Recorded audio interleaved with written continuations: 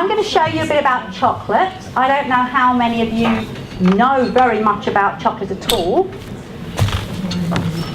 What I've got here is a cocoa pod. So this is where the chocolate starts. It starts on a tree, usually in what we used to call Latin or Mesoamerica, or in Africa these days. It also grows in Indonesia.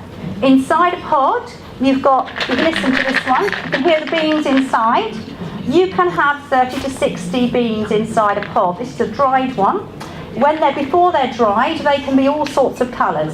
So they can be oranges, reds and yellows, and even slightly green. When you open a pod, you can see the beans inside. If you're too far away, please feel free to come up at the end and have a look. And we've also got a whole load of beans in this picture frame. These have been fermented. Now, when the beans are cut down, these pods are split open because they don't split naturally in the wild. They just stay on the tree and they would eventually fall off, and then the new plants would actually grow out, but they germinate inside the pod and grow out through the pod. So they don't open unless you open them. And they then ferment the beans, and this is very important because if you didn't do that, it wouldn't taste of chocolate. That's the bit that makes it taste of chocolate. If they get the fermentation wrong, it can taste of other things. I've had chocolate that looked and smelt beautiful, but tasted of blue cheese because they got the fermentation wrong. When they fermented it, they roast it, rather like roasting coffee, and they have to take the husks off, and then they chop it up. And the roasted, chopped up or roasted bean is known as a cocoa nib, and I've got some here. Probably can't see very well, but lady next to me can have a smell. Oh. So if you want to have a smell, and then they'll be ground up. And as you grind it up and it gets warm and it starts to crush the beans, it will start to liquefy. And it's the cocoa butter inside the cocoa bean that actually causes the liquefying, and it's what actually will make your chocolate set when we actually temper it in a minute. That's what I'm going to show you. So these are quite nice, you can eat them, they're crunchy, they're not sweet, they're very good for you because they're 100% cocoa. And I hope most of you know that 70% cocoa and above is actually very good for you. It's the one claim that has been medically proven. If you eat 2 little squares of 70% cocoa chocolate every day, it will lower your blood pressure. So if you've got a problem, that's what you need to do.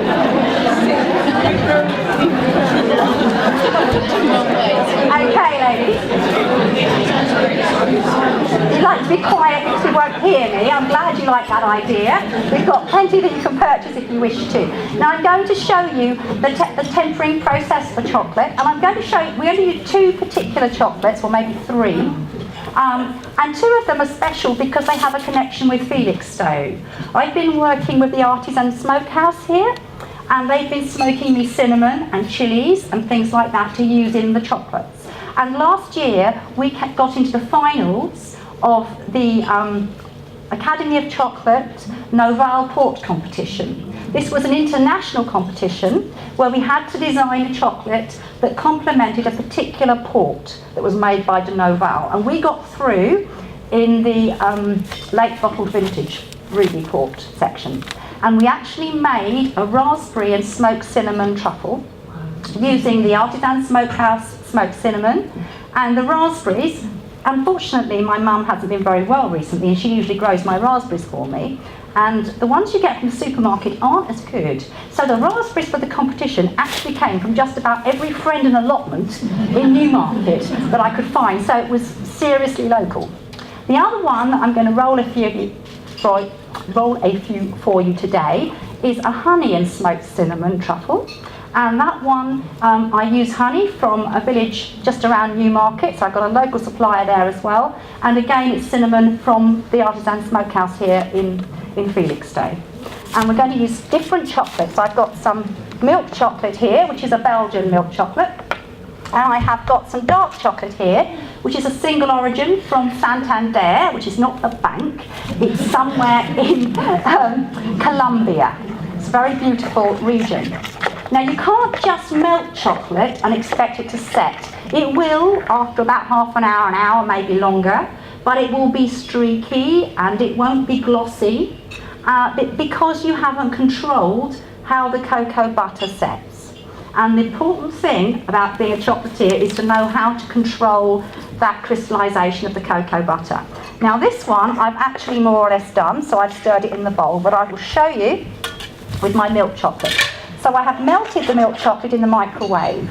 You can do that or over water, doesn't matter. The important thing is not to get it too hot. If it gets over 50 degrees, you do what's called denaturing the cocoa butter.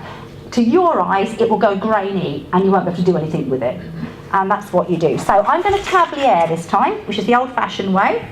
So I'm going to pour some, but not all of my chocolate, onto the granite slab, and I'm going to move it around. Now, if you look at the moment, the chocolate is quite thin. But as I move it around, it will start to cool and it will start to thicken up. Now, while I'm moving it around, the cocoa butter crystals, when it's liquid, the cocoa butter is all colliding with each other. So, to explain to you in a very simple way, if you remember when you were littler and you perhaps were at school in a playground some time ago, and you played a game, or at least I did anyway, of chase where you had to catch somebody. And when you caught them, you had to hang on to them and carry on catching the other people. Maybe you didn't play it, but we did. But you couldn't let go. And that's like cocoa butter. As it bumps into more molecules of cocoa butter, it will hang on to them. But instead of having two hands, it's got a hand out here, a hand out here, one here, one here, one here, one here. So can you see when it's caught a few people, it's not going anywhere. It can wiggle, but it can't run around. And that's the lattice, the crystal structure that makes something set solid. And that's what we're doing. And as you can see, a lot thicker, isn't it? Now, cocoa butter is funny because it has 6 different shapes that are all the same thing, but they all have slightly different properties. And we only want one of them. So I've left a bit of warm chocolate in my bowl, and I'm going to put the thickened up cooler chocolate back in the bowl. This is because in this method of tempering, as I'm moving it around on the block, all 6 sorts of cocoa butter are forming at the same time. And crystals, sorry. And the more you do it, the faster it goes. It's exponential. But all of them don't have the same melting points. This is a very clever way because the idea is that the slightly warmer chocolate in the bowl will melt out the ones you don't want and leave you the one you do want. And that is usually the case.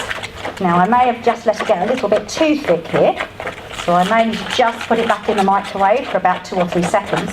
But the way you test that you've got it right is if I put this now slightly thicker chocolate on the edge of my cold surface, that will dry within 3 minutes and it won't be streaky.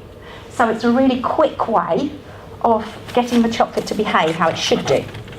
Now, in this bowl I've got a little bit of honey and cinnamon truffle.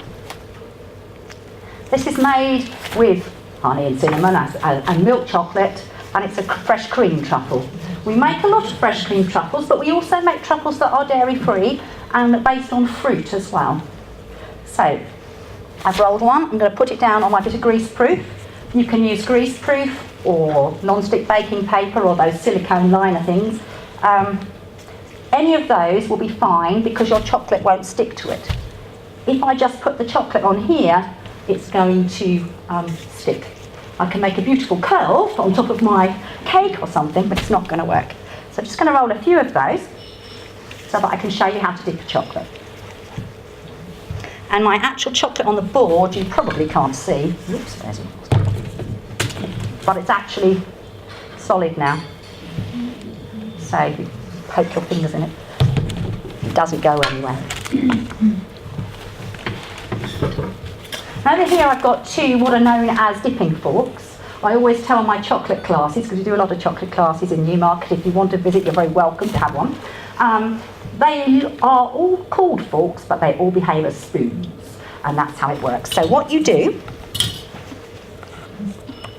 is you drop your chocolate into the chocolate, so you can't see it anymore.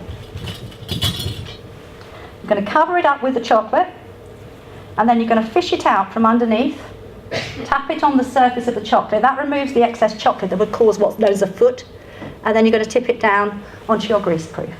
And at that moment, if you want, you can put something exciting on the top. Just going to dip these as well.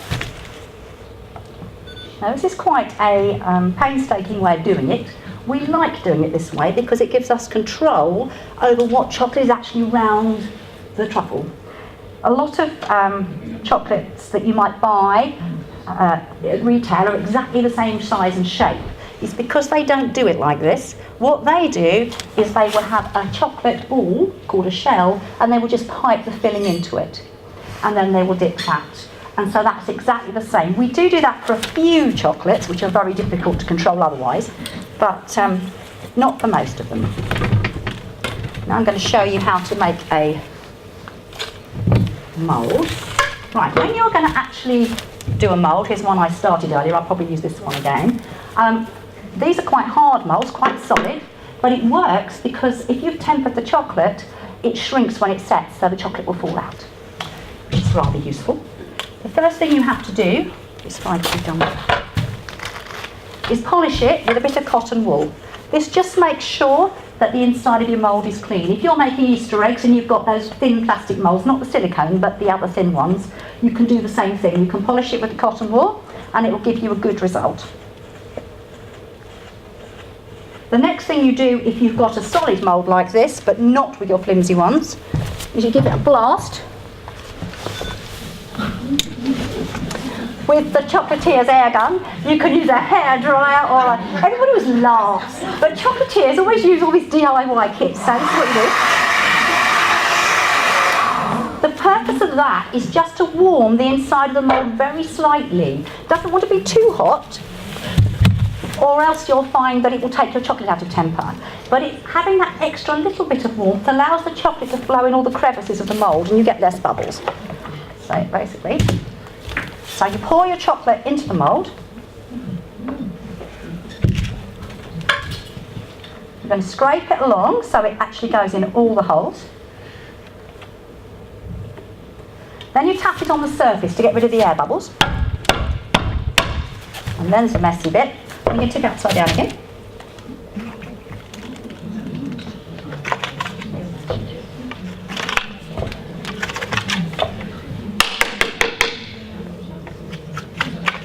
Now normally you will dry that upside down.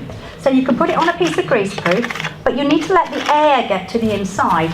So I've got one here. And what I would do is dry it like that for a few minutes till it gets to touch dry. And that if you don't let the air get inside, as the chocolate sets, it gives that a little bit of heat and it can make all your chocolate bloom. So you don't want that to happen. While I'm here, I'm just going to do this one as well. Oh no, I've got one. I've got one. Right. So this here is a strawberry truffle. I'm just going to show you how you pipe inside. So this is quite a simple way of doing it. You're just going to squeeze the piping bag. Being a bit badly behaved, but normally it does. The important thing when you're doing this is not to put too much filling in. I'm sure a lot of you have baked jam tarts before now and had that accident where you put too much jam in and you cook it and it all bubbles over and burns. Well, it's a bit like that with this. If you put too much filling in, you won't be able to seal the chocolate and it will all leak out. Now, depending on how runny your filling is, you can then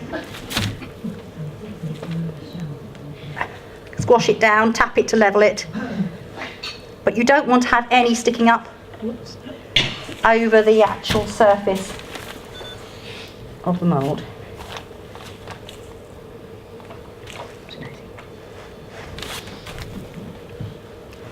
Okay, so it's a very quick go. Now I just look at that and think, some of those are sticking up, so I can just put them. As you can see, it's a bit of a... I always wanted to be on Blue Peter, you see.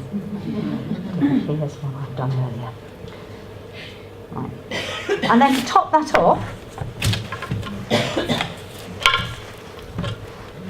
you give this chocolate a little bit more of a stir. It's gone a little bit solid, so I'm going to give it a very quick warm. Not for very long, because if it gets too warm, it will go out of temper again. I just want it to be a little bit more runny.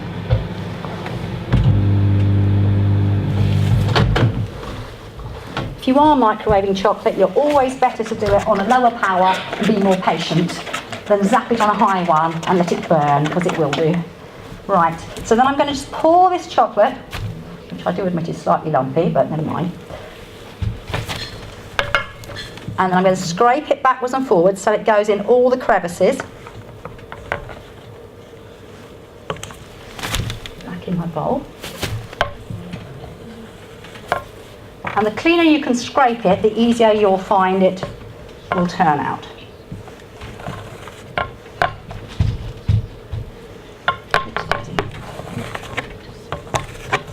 So I've got a couple of little holes there, and what I would normally do is just stick my finger in the chocolate and just patch any little holes. But that will then sit to dry, and you can see that this one now is actually set enough so I could pipe in it. I've done a Blue Peter now. Here's one I've done earlier. Let me just clear this surface.